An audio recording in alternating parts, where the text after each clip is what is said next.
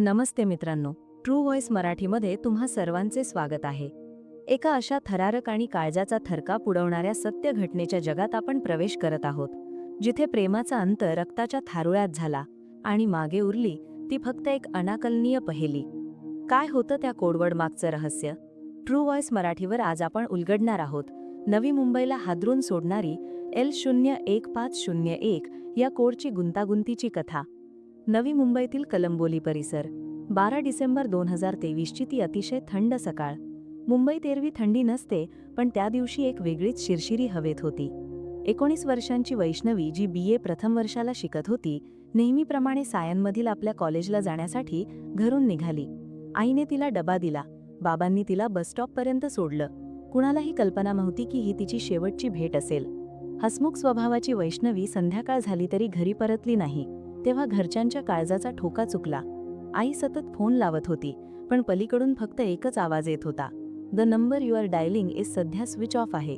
रात्र झाली, काळोख गडद झाला, पण वैष्णवीचा काहीच पत्ता नव्हता. मित्रमैत्रिणींकडे चौकशी केली, कॉलेजच्या ग्रुपवर मेसेज टाकले, पण काहीच सुगावा लागला नाही.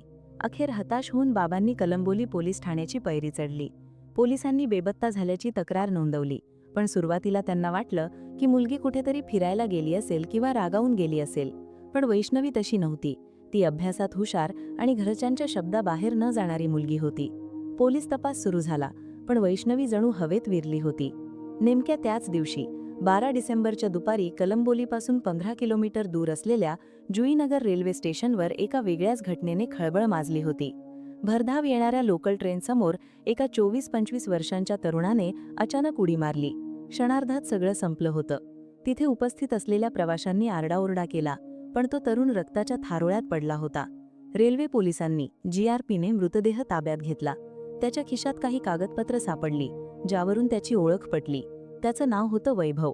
वैभवने आत्महत्या का केली हे कोणालाच समजत नव्हतं, पण त्यावेळी कोणालाही पुसटशी कल्पनाही नव्हती की इकडे बेपत्ता झालेली वैष्णवी आणि तिकडे स्वतःला संपवलेला वैभव यांचा काहीतरी भयंकर संबंध असू शकतो. दिवस सरत होते. 1 आठवडा झाला, मग 2 आठवडे झाले. वैष्णवीचे आईवडील पोलीस स्टेशनचे उंबरठे झिजवून थकले होते. कॉलेजमधील विद्यार्थ्यांमध्येही संताप होता. आमची मैत्रीण कुठे आहे, हा एकच प्रश्न सर्वांच्या मनात होता. नवी मुंबई पोलिसांवर प्रचंड दबाव येत होता. अखेर जानेवारी 2024 उजाडलं. 6 जानेवारीला नवी मुंबईच्या पोलीस आयुक्तांनी या केसचे गांभीर्य ओळखून एक विशेष तपास पथक तयार केलं. या पथकात अनुभवी अधिकारी आणि अँटी ह्युमन ट्रॅफिकिंग युनिटच्या तज्ज्ञांचा समावेश होता. तपासाची सूत्र हाती घेताच या पथकाने सर्वात आधी तांत्रिक बाजू तपासायला सुरुवात केली. 12 डिसेंबरच्या त्या दिवसाचे CCTV फुटेज, कॉलेजपासून ते घरापर्यंतचे सर्व CCTV फुटेज खंगालले गेले.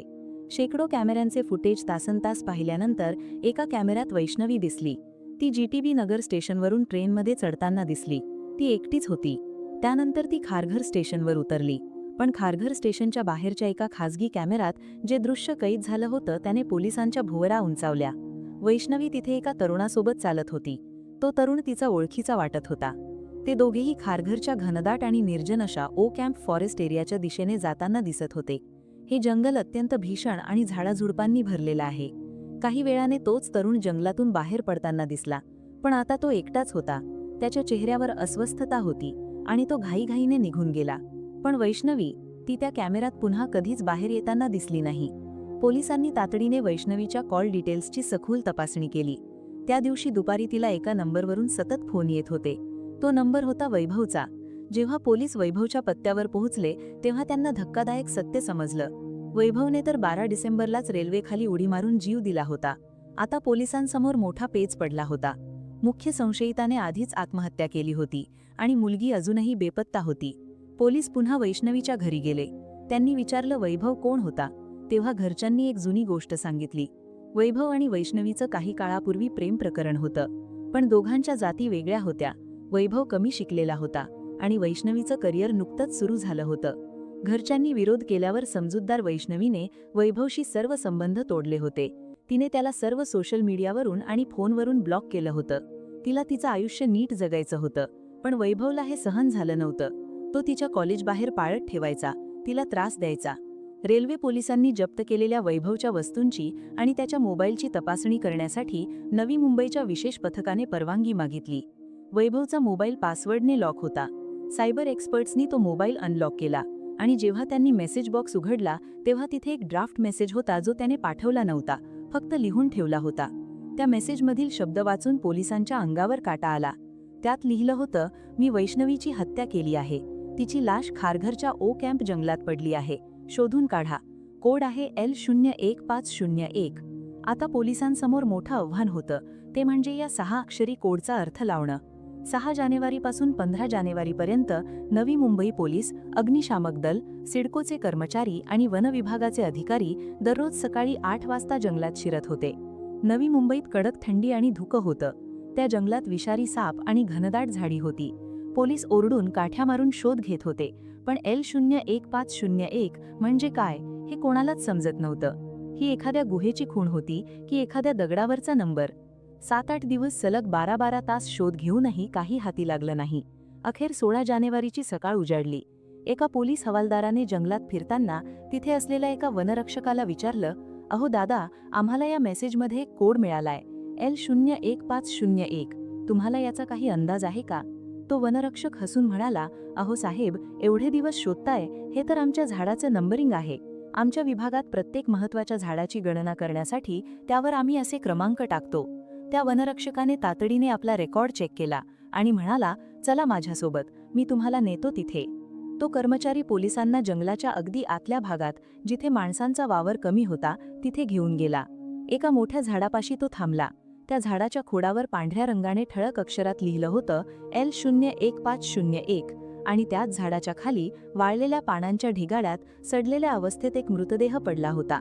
मृतदेहाची अवस्था इतकी भयानक होती की ओळख पटवणं कठीण होतं, पण तिच्या अंगावरचे कपडे आणि हातातील कड्यावरून पोलिसांनी ओळखलं की ही वैष्णवीच आहे. 12 डिसेंबरच्या त्या दुपारी नेमकं काय घडलं होतं? वैभवने वैष्णवीचा पाठलाग केला आणि तिला शेवटचं भेटण्याच्या बहाण्याने ओ कॅम्प जंगलात नेलं. तिथे त्याने तिला पुन्हा एकदा लग्नासाठी गळ घातला, पण वैष्णवीने स्पष्ट शब्दात नकार दिला. तिने सांगितलं की ती आता तिच्या आयुष्यात पुढे गेली आहे. हा नकार वैभवला पचवता आला नाही. रागात आणि सुदाच्या भावनेने त्याने तिचा गळा आवळला. वैष्णवीने स्वतःला वाचवण्यासाठी खूप धडपड केली असेल, पण वैभवच्या ताकदीपुढे तिचा निभाव लागला नाही. हत्या केल्यानंतर वैभव तिथून पळणार इतक्यात त्याची नजर त्या झाडावर पडली. त्याला माहीत होतं की तो आता स्वतःचं आयुष्य संपवणार आहे, पण कदाचित त्याला त्याच्या कृत्याचं पाप टोचत असावं किंवा त्याला तिची लाश कुत्र्या मांजरांनी ओरबाडू नये असं वाटत असावं.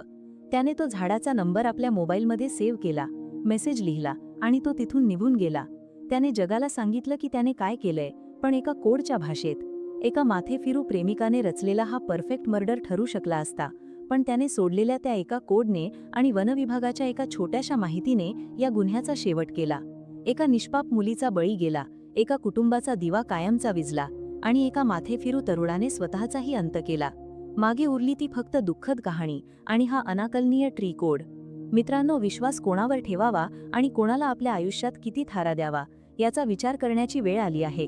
राग आणि एकतर्फी प्रेम माणसाला किती क्रूर बनवू शकतं याचं हे जिवंत उदाहरण आहे. तुम्हाला ही आजची सत्य घटना कशी वाटली? L011501 या कोडबद्दल तुमचं काय मत आहे? आम्हाला कमेंट्समध्ये नक्की सांगा. जर तुम्हाला हा व्हिडिओ आवडला असेल तर लाईक करा, जास्तीत जास्त शेअर करा आणि अशाच थरारक गुन्हेगारी कथांसाठी ट्रू व्हॉइस मराठीला आजच सबस्क्राईब करा. पाहत रहा, सुरक्षित रहा आणि सावध रहा. धन्यवाद.